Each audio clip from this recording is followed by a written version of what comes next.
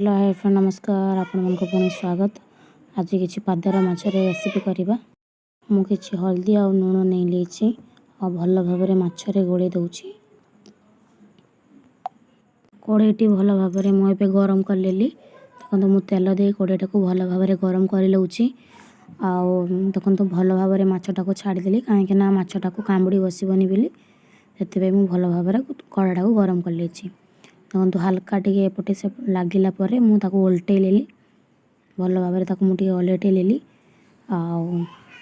मुझे रखी सामग्री टमाटो पियाज बाइटण मु बाटुटी पानी मिसेली। भजा माछटी कड़े मु हल्का तेल देली।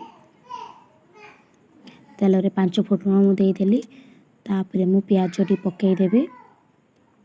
देखो 5 मिनट भल भाव फुटेला मु पियाजटी देदेली। भल भाव पियाज हल्का टे भाजी कंचालिया टाइप रे भाजी नेली। देखो तो ये मुझे टमाटो टी ऐड कली। टमाटोटा को भल भाव पियाज संगे मिक्स कर लेली।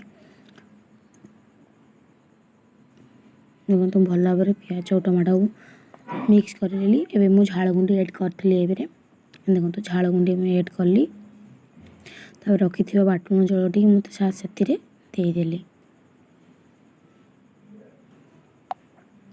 देखो तो आउटे हल्का पानी देदब। तापर देखो तो भल भाव फुटी आसी तार कलर टी केमी लगुच। देखो तो मुझे लुण स्वाद अनुसार हल्का टे लुण देनी कहीं माछरे लुण अच्छी से अल्प लुण देली। आउटे हलदी पानी देदेली एथि आउटे हलदी देली। देखो तो माछ रखी माछटी मुझे पकईकी भल भाव मिसई नेली।